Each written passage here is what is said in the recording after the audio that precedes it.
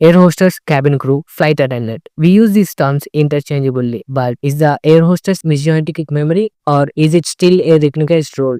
Is there a legal, operational, or even a salary difference?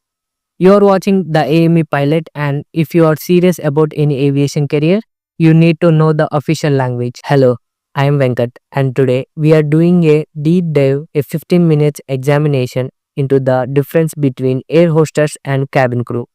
The short answer, they refer to the same job. The long answer, it is a fantastic journey through aviation history and professional standards, and it is essential for your job application. By the end of this video, you will know the 4 reasons why cabin crew is the professional standards and what the airline actually look for. Let's start with the modern universally accepted term, cabin crew or flight attendant. This is the professional, general, neutral, globally recognized title. The term air hostess is dated, largely historical, and often seen as general exclusive, referring only to women. But truly understand why we stop using it, we need a history lesson. The first attendant, the very first flight attendant was a man, a cabin boy in 1912, but the team air hostess truly gained traction in the 1930s.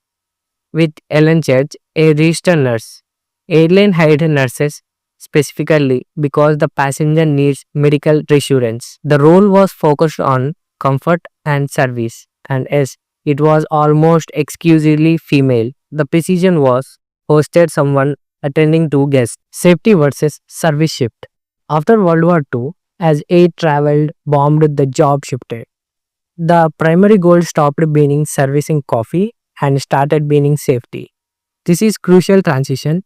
The job became less about being a hostess and more about being a highly trained safety professional.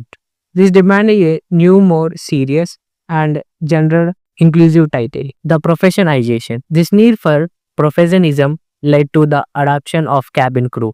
Why crew? Because they are part of operational team, as critical as the pilots.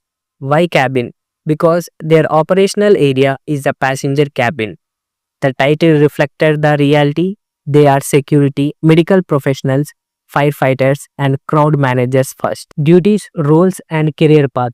The primary duty, safety. Let's be clear. If you think the job is servicing food, you are missing the point. The vast majority of cabin crew training is focused on emergency procedures, evacuation, decompression, security, and medical emergencies.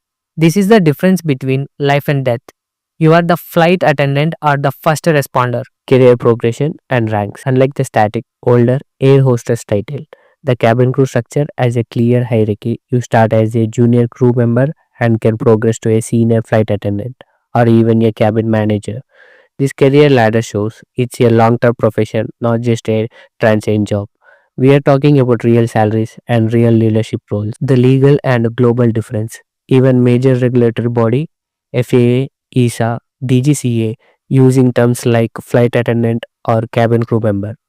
In their official documentation, you will never see air hostess on your official license or regulatory paper. If you are applying for an aviation job, using the correct terminology is the first step to showing you understand the industry standard. So to summarize the definitive difference between air hostess and cabin crew, air hostess is historical, informal, and gendered. Cabin crew is modern, professional, gender neutral, and reflected the job primary function, safety and security.